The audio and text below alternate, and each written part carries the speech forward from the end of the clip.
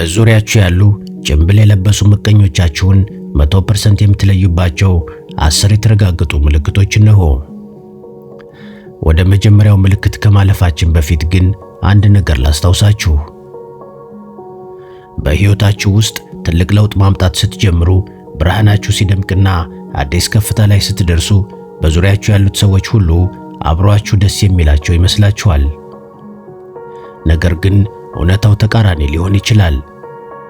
ምቀኝነት ብዙውን ጊዜ በግልጽ ጠላትነት ሳይሆን በቅርብ ወዳጅነት ጭንብል ተሸፍኖ የሚመጣ ድብቅ ሴራ ነው። ይህ ቪዲዮ በዙሪያችሁ ያሉትን ሰዎች ቃላት ሳይሆን በስተጀርባ ያለውን ስሜታዊ ንዝረት ወይም ኢነርጂ እንድታነቡ ይረዳችኋል።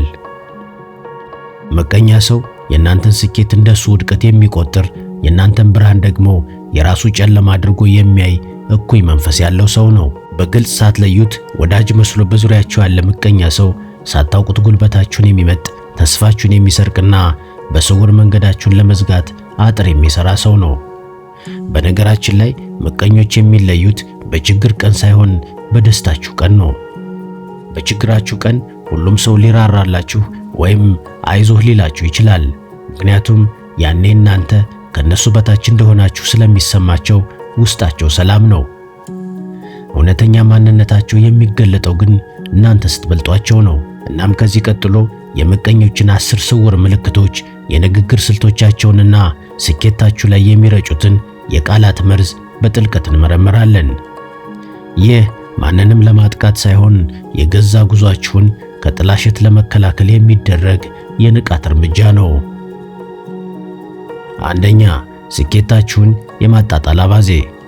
አንድ ምቀኛ ሰው የሚለይበት የመጀመሪያው ምልክት እናንተ ያገኛችሁትን ትልቅ ስኬት ቀላል ወይም በድል የመጣ አድርጎ ለማሳየት የሚሞክርበት መንገድ ነው። በብዙ ልፋትና ትግል ያመጣችሁትን ውጤት ስትነግሩት፣ እሱ ግን ወሬውን ወዲያውኑ ወደ ሌላ ነገር ያዞረዋል ወይም የቀዘቀዘ ምላሽ ይሰጣችኋል። ድላችሁን ወይም ስኬታችሁን እንደ ተራ ነገር አድርጎ በመቁጠር የውስጥ ብርሃናችሁን ለማደብዘዝ ይጥራል። ምቀኛ ሰው የእናንተን ስኬት ማድነቅ አይችልም፣ ምክንያቱም የእናንተን ስኬት ሲያደንቅ የራሱን ውድቀት የሚያጎላ ስለሚመስለው ነው። እናም ጎበዝ በርታ ከማለት ይልቅ እንደው አጋጣሚ ተሳክቶልህ ነው፣ ሰው ስለረዳህ ነው፣ ወይም ጊዜው ስለፈቀደልህ ነው የሚሉ ሰበቦችን ይደረድራል። የእናንተን ልፋትና መስዋዕትነት አያይም። እሱ የሚያየው ውጤቱን ብቻ ነው። ያ ውጤት ደግሞ እንቅልፍ ይነሳዋል።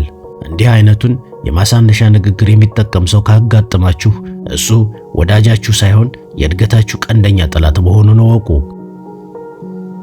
ሁለተኛ፣ በውዳሴ ስም የሚወረወር መርዝ። ምቀኛ ሰው አንዳንዴ በግልጽ ላለመቃወም ሲል የውሸት ውዳሴ ይጠቀማል። ነገር ግን የሚሰጣችሁ ውዳሴ በውስጡ የሚወጋ መርዝ አለው። ለምሳሌ ይህ አዲሱ ሥራ በጣም ጥሩ ነው፣ ግን ለጤና አትሰጋም፣ ወይም ለካስ አንተም እንዲህ አይነት ቤት መስራት ትችላለህ ይላችኋል። ምቀኞቻችሁ በዚህ ይለያሉ። አድናቆታቸው ሁልጊዜም ግን የሚል ቅጥያ ወይም የእናንተን ችሎታ የሚጠራጠር ስውር መልእክት አለው። እውነተኛ ወዳጅ ያለምንም ቅድመ ሁኔታ ደስታችሁን ይጋራል። ምቀኛ ሰው ግን ደስታችሁ ላይ ጥቁር ነጥብ መጣል ይፈልጋል።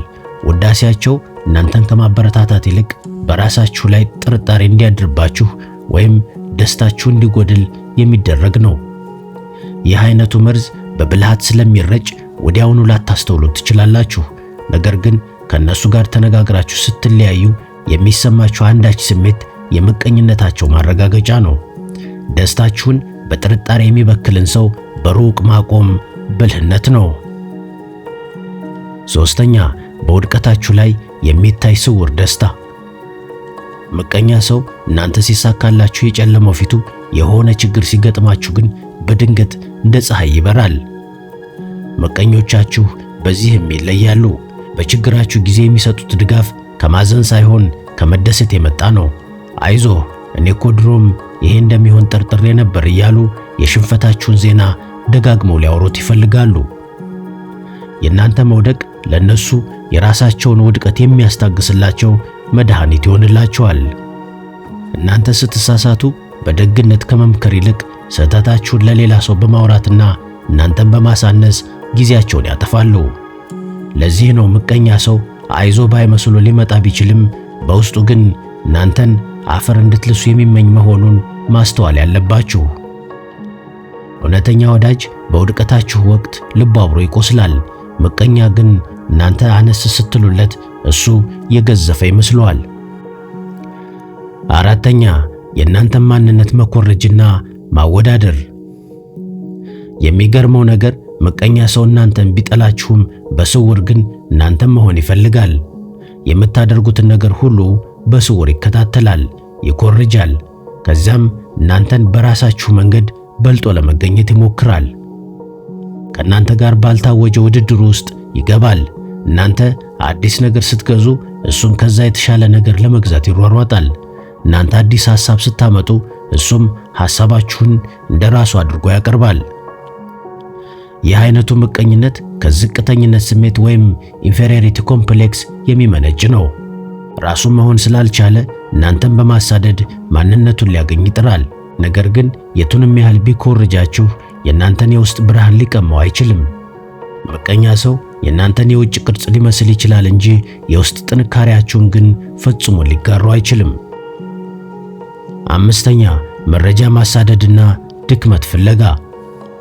ምቀኛ ሰው ካጠገባችሁ የማይጠፋ ሁልጊዜም ስለ እናንተ መረጃ ለመሰብሰብ ከፍተኛ ጉጉት ስላለው ነው። ምቀኞቻችሁ በዚህም ይለያሉ። የሚያቀርቧቸው ጥያቄዎች ስለ ደህንነታችሁ ከማሰብ ሳይሆን ሊያጠቋችሁ የሚችሉበትን ክፍተት ከመፈለግ አንጻር ነው። ስለ ዕቅዳችሁ፣ ስለ ገበያችሁ ወይም ስለ ቤተሰባችሁ ምስጢር በጥልቀት ይቆፍራሉ። ይህንን መረጃ የሚፈልጉት ግን እናንተን ለመርዳት ሳይሆን ነገ ስትወድቁ ያንን የጣላችሁን ጉድጓድ አርቆ ለመቆፈር ወይም መረጃውን እናንተን በሚያሳንስ መልኩ ለሌላ ሰው አሳልፎ ለመስጠት ነው። እውነተኛ ወዳጅ እናንተ ያልነገራችሁትን ምስጢር ለመጎርጎር አይሞክርም። ምቀኛ ግን የእናንተን ግላዊ ሕይወት እንደ ጦር ሜዳ ስትራቴጂ ያጠነዋል። በተለይ ደግሞ የሆነ ስህተት ስትሰሩ ወይም ድክመት ሲታይባችሁ ያንን መረጃ እንደ ታላቅ ግኝት ይይዙታል። የእናንተን ጥንካሬ በዝምታ አልፈው ድክመቶቻችሁን ግን በጉጉት የሚያዳምጡትና የመረጃ ባንክ ውስጥ የሚያስቀምጡት ከሆኑ እነሱ በወዳጅነት ስም የተሰማሩ ሰላዮች መሆናቸውን እወቁ። ስድስተኛ የጥቅም መጋራት ቅድመ ሁኔታ። ምቀኞች እናንተ ጋር የሚጣበቁት ከፍታችሁ ላይ ተንጠልጥለው የሆነ ጥቅም ለማግኘት ነው። የሚገርመው ደግሞ ለእናንተ ስኬት ምንም አስተዋጽኦ ሳይኖራቸው ለብቻችሁ ያገኛችሁትን ውጤት የእነሱም ጭምር እንደሆነ ያስባሉ። እናንተ አዲስ ዕድል ወይም ሀብት ስታገኙ ለእኔ ምን አደረገልኝ የሚል ይገባኛል ጥያቄ በስውር ያነሳሉ። ያሰቡትን ጥቅም ካላገኙ ደግሞ ወዲያውኑ መልካምነታችሁን ወደ ክፉነት በመቀየር እናንተን ክፉ ወይም ራስ ወዳዶች አድርገው ይፈርጇችኋል። ምቀኛ ሰው የእናንተን መልካም ለውጥ እንደ ራሱ ኪሳራ ነው የሚያየው። እሱ ሲበለጽግ እኔ አነስኩ ብሎ ስለሚያስብ ያንን ክፍተት እናንተ በምትሰጡት ጥቅም መሙላት ይፈልጋል። ለጓደኝነት ዋጋ ሳይሆን ለጥቅም ዋጋ የሚሰጡት እነዚህ ሰዎች እናንተን መርዳት ሲገባቸው ፊታቸውን ያዞራሉ።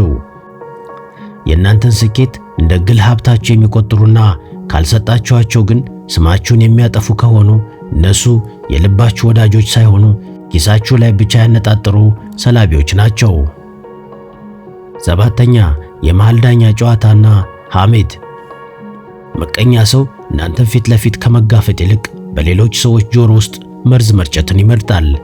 ከእናንተ ጋር ሆነው ስለ ሌላው ሰው መጥፎ ያወራሉ። ከሌላ ሰው ጋር ሆነው ደግሞ ስለ እናንተ ስማችሁን የሚያጠለሽ ወሬ ያሰራጫሉ። እኔ እኮ ወደው ነበር ግን እንዲሆነ በሚል የሐዘኔታ ቃና የእናንተን ስብዕና በሌሎች ዘንድ እንዲናቅ ያደርጋሉ። ይህ ስልት እናንተን ከሌሎች ሰዎች ጋር በማጣላት የእናንተን ማህበራዊ በጎ ተጽዕኖ ለመቀነስ የሚደረግ ጥንቃቄ የተሞላበት ሴራ ነው። ምቀኛው ሰው በሁለቱ ወገኖች መሃል እንደ መረጃ አቀባይ በመሆን ሁለታችሁንም ያማል። በዙሪያችሁ ያሉ ሰዎች ስለ እናንተ ያላቸው አመለካከት በድንገት እየተቀየረ ከመጣና ወሬው ሁሉ ከአንድ ሰው አካባቢ የሚመነጭ ከሆነ ያ ሰው የምቀኝነት መረቡን የዘረጋባችሁ መሆኑን በሚገባ ተረዱ። ስምንተኛ የብርሃን ጥላሸት ወይም የዝምታ ቅጣት። አንድ ምቀኛ ሊደብቀው የማይችለው ትልቁ ምልክት እናንተ ትልቅ ክብር በምታገኙበት ወቅት የሚያሳየው ቀዝቃዛ ስሜት ነው። ሁሉም ሰው ሲያጨበጭብላችሁ፣ እሱ ግን ዝምታን ይመርጣል። የእናንተን ደስታ በዝምታ ለማደብዘዝ ይሞክራል። ያንን ስኬታችሁን ጭራሽ እንደሰማ ላለመምሰል ሁሉ ይጥራል። ወይም ደግሞ ስለ ድላችሁ ወሬ ሲነሳ ፊቱን አዙሮ ሌላ ተራ ወሬ ይጀምራል። ይህ ዝምታ የእርካታ ሳይሆን በውስጡ የሚነድ የምቀኝነት እሳት ነው። ይህ ዝምታ እናንተን አንተ ያገኘኸው ነገር ለኔ ትርጉም የለውም የሚል መልእክት ለመስጠት የሚደረግ ሙከራ ነው። እንደዚህ አይነት ሰዎች የእናንተን ደስታ በማጣጣል ለራሳቸው የሞራል የበላይነት ለመስጠት ይጥራሉ። እውነተኛ ወዳጃችሁ የእናንተን ስኬት ልክ እንደ ራሱ በመቁጠር በደስታ ሲፍለቀለቅ፣ ምቀኛው ግን ቃላትን ይቆጥባል። በታላቅ ድላችሁ ቀን አጠገባችሁ ሆኖ ቀዝቃዛ ዝምታን የሚመርጥ ሰው የልቡ ዝገት ከወዳጅነቱ በላይ የከበደበት ሰው ነው። 9ኛ በማር የተቀባ የተመረዘ ምክር። ምቀኛ ሰው እናንተን በቀጥታ አትስራ ወይም አትለወጥ ሊላችሁ አይችልም። ምክንያቱም ያኔ ጭንብሉ ይገለጣል። ይልቁንም ለአንተ አስቤልህ እኮ ነው በሚል የሐሰት ደግነት ልባችሁን የሚያሸብርና ወኔያችሁን የሚሰብር ምክር ይለግሳችኋል። አዲስ ትልቅ ዕቅድ ስታወጡ እነሱ ግን ሊገጥማችሁ የሚችለውን አደጋ ብቻ አጋነው በማውራት ተስፋ ለማስቆረጥ ይሞክራሉ። አሁን ጊዜው አይደለም፣ ይህ ለቤተሰብህ አደጋ አለው፣ ወይም ይህንን ያደረጉ ሰዎች መጨረሻቸው አላማረም ምናምን እያሉ በምክር ስም ፍርሃትን በልባችሁ ይዘርባቸዋል። ይህ ምክር ከጥንቃቄ ወይም ለእናንተ ከማሰብ የመጣ ሳይሆን እናንተን በነበራችሁበት ዝቅታ ላይ ለማስቀረት የሚደረግ ስውር ሴራ ነው። ምቀኛው ሰው እናንተን መርዳት የሚፈልገው እሱ ከሚገኝበት ደረጃ እስካልበለጣችሁት ድረስ ብቻ ነው። ልክ ልትበልጡት ስትሉ ግን ድብቅ ሴራ የተቀላቀለበት ምክሩ ይጀምራል። እውነተኛ ወዳጅ አደጋውን ቢነግራችሁም መፍትሄውንና አቅጣጫውንም አብሮ ያሳያችኋል። ምቀኛው ወዳጃችሁ ግን አደጋውን ብቻ በመደጋገም መንገዳችሁ ላይ ጨለማ ይረጫል። የምክራቸው ውጤት ሁልጊዜም ወደ ኋላ የሚጎትታችሁና ጥርጣሬን የሚፈጥርባችሁ ከሆነ ያ ምክር ሳይሆን የምቀኝነት መርዝ መሆኑን እወቁ። 10ኛ የድል ክብርን መስረቅ ወይም ማሳነስ።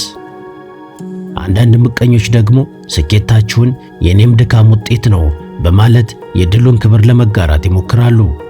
በጥረታችሁ ስታሸንፉ ለሌላ ሰው የሚናገሩት ወሬ እኔኮ እንዲህ ባላደርግለት ኖሮ እዚህ አይደርስም ነበር ወይም ያንን ሐሳብ የሰጠሁት እኔ ነኝ የሚል ነው።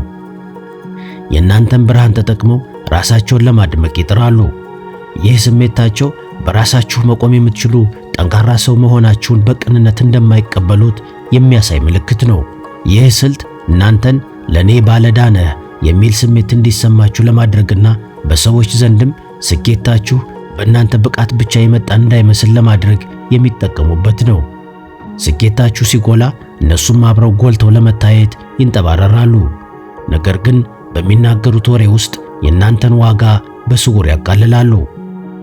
እውነተኛው ወዳጃችሁ የእናንተን ስኬት ለእናንተ ብቻ ትቶ በሩቅ ሆኖ በኩራት ያጨበጭብላችኋል። ምቀኛው ወዳጃችሁ ግን የእናንተን ድል እንደ ራሱ ውርስ ይቆጥረዋል። በስኬታችሁ ወቅት ያለኔ እኮ የሚል ቃል የሚያበዙ ሰዎች ካሉ እነሱ የራሳቸውን ባዶነት በእናንተ ክብር ለመሙላት የሚሹ ምቀኞች ናቸው። በአጠቃላይ 10ሩንም ነጥቦች ስንመለከት ምቀኝነት በወዳጅነት ውስጥ ተሸሽጎ የሚኖር ቀደም ሲል እንዳልነው በማር የተቀባ መርዝ መሆኑን እንረዳለን። እነዚህም ምልክቶች ማወቅ ማለት ሰዎችን መጠራጠር ሳይሆን የራሳችሁን መንፈሳዊ፣ ስሜታዊና አካላዊ ጤንነት መጠበቅ ነው።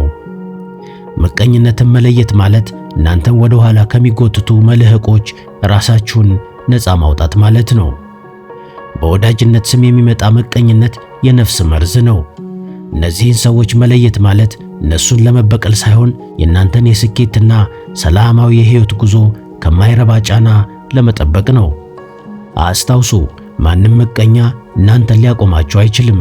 ሊያዘገያችሁ ግን ይችላል።